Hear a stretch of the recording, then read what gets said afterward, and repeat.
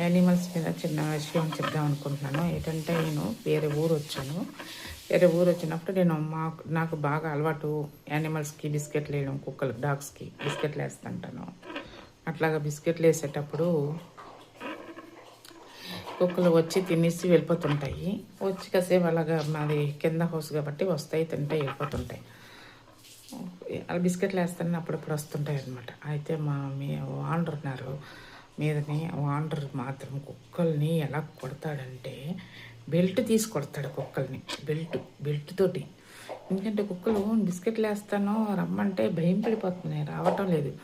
ఎందుకు భయం పడుతున్నాయి అని అనుకునేదాన్ని. అంటే ఓనర్ వసుతాడని తెలుసు, మరీ అలాగ కొడతాడని మాత్రం అయితే నాకు తెలియదు.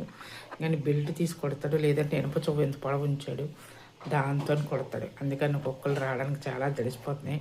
ఒకవేళ నేను బిస్కెట్లు వేసినా తిన్నను కూడా జడిసిపోయి తింటాయి అవి. కాకపోతే ఏంటంటే నేను లాస్ట్ ఇయర్ కింద సంవత్సరం లాస్ట్ ఇయర్ వచ్చాను. అప్పుడు కుక్కలు అయితే రావట్లేదు. ఎందుకంటే అవి కొద్ది దూరంలో ఉన్నాయి.